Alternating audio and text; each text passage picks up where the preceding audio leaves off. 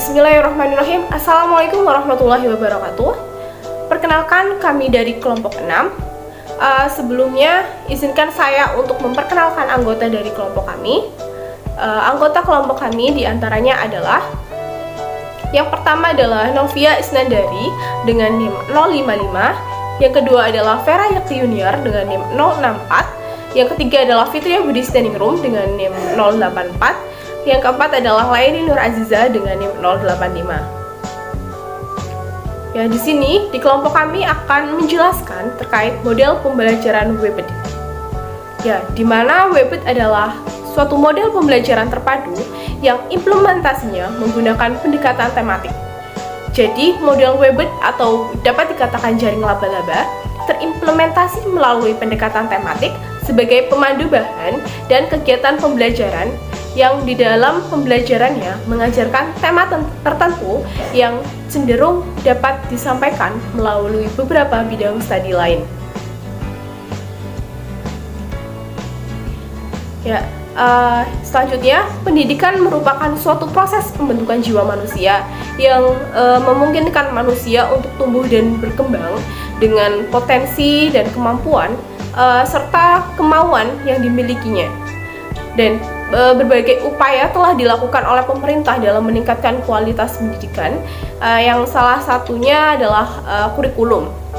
Dalam kurikulum 2013 ini dimunculkan pembelajaran tematik terpadu sebagai upaya meningkatkan kualitas pendidikan, dan pada pembelajaran terpadu ini memiliki banyak jenis.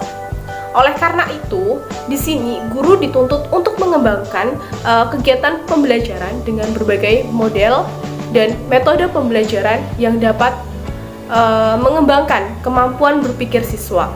Melalui model pembelajaran digunakan sebagai pedoman untuk melakukan kegiatan belajar mengajar di dalam kelas dan berisikan seperangkat konsep yang sistematis dan dapat menunjang kegiatan belajar mengajar, sehingga dapat mencapai tujuan tertentu yang sudah direncanakan sebelumnya. Ya, selanjutnya, apa itu pembelajaran terpadu? Ya, pembelajaran terpadu merupakan suatu pendekatan dalam proses pembelajaran yang secara langsung mengaitkan beberapa aspek, baik dalam intra mata pelajaran maupun antar mata pelajaran. Jenis-jenis pembelajaran terpadu. Yang pertama, menurut Drake dan Burns, 1. Multidisciplinary, 2. Interdisciplinary, dan yang ketiga, transdisciplinary.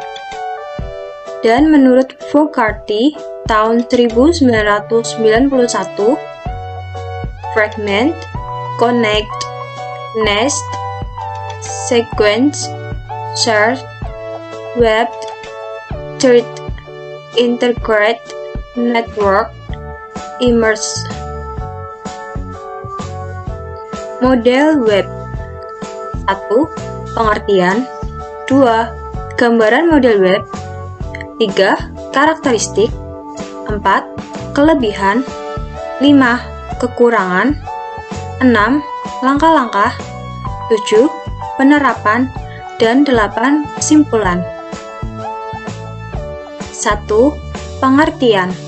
Menurut Trianto, dalam bukunya Model Pembelajaran Terpadu dalam Teori dan Praktek, menyatakan bahwa pembelajaran model web atau model jaring laba-laba adalah pembelajaran terpadu yang menggunakan pendekatan tematik.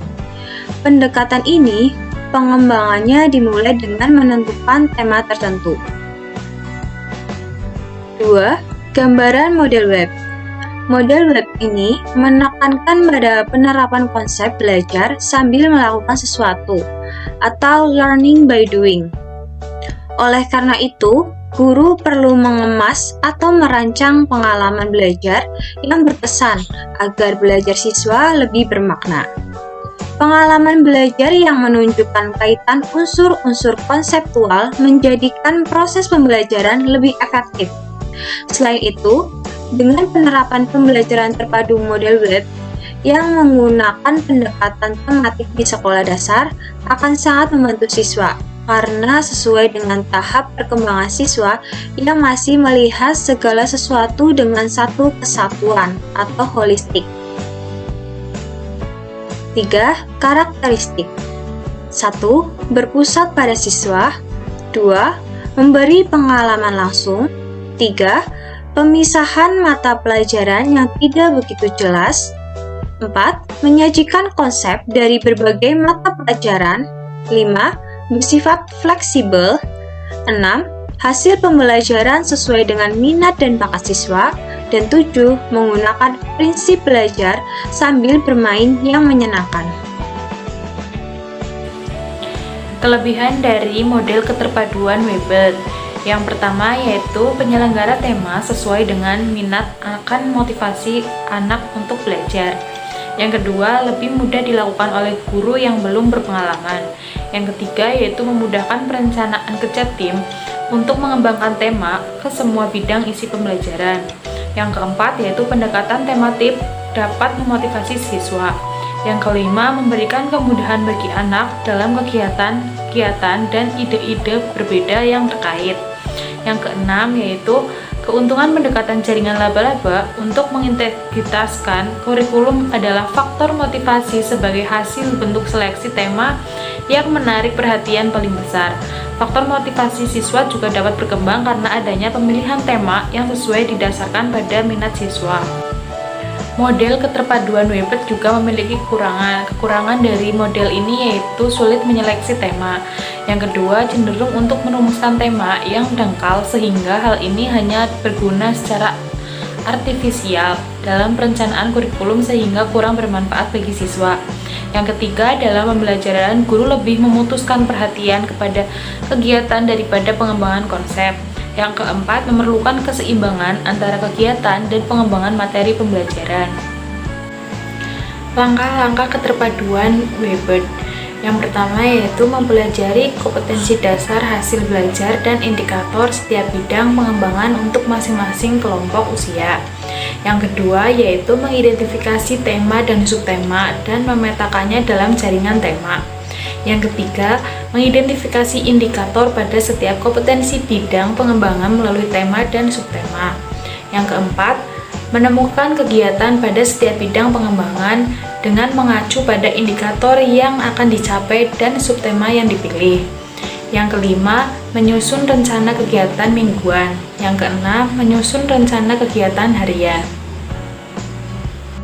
Setelah menjabarkan KD ke dalam indikator, guru menentukan tema sentral dan memetakan keterhubungan antara mata pelajaran dengan tema sentral, serta menentukan pokok bahasan. Berikut ini adalah pemetaan pokok bahasan antara mata pelajaran dengan tema sentral. Tema keluarga. Mata pelajaran IPA. Standar kompetensi, mengenal berbagai benda langit dan peristiwa alam, seperti cuaca dan musim, serta pengaruhnya terhadap kegiatan manusia. Kemudian, siswa diajarkan tentang macam-macam benda langit dan peristiwa alam yang terjadi di sekitar. Dari peristiwa alam tersebut, siswa diharapkan dapat menjaga kebersihan rumah. Yang kedua, mata pelajaran IPS. Standar kompetensi, mendeskripsikan lingkungan rumah. Siswa diajarkan untuk mendeskripsikan lingkungan rumahnya masing-masing. Mata pelajaran yang ketiga adalah matematika. Standar kompetensi, mengenal bangun datar, di mana siswa diajarkan tentang bentuk-bentuk bangun datar, misalnya pintu rumah berbentuk persegi panjang dan jendela berbentuk persegi panjang. Mata pelajaran yang keempat adalah PKN. Standar kompetensi, menerapkan kewajiban anak di rumah dan di sekolah. Siswa diajarkan tentang mengikuti tata tertib di rumah, bekerja sama dengan anggota keluarga yang lain dengan baik. Mata pelajaran yang kelima adalah bahasa Indonesia. Standar kompetensi, memahami teks pendek dengan membaca nyaring, di mana siswa membaca teks tentang kehidupan keluarga yang harmonis. Sekian presentasi dari kelompok kami. Apabila ada kurang lebihnya mohon maaf. Sekian, wassalamualaikum warahmatullahi wabarakatuh.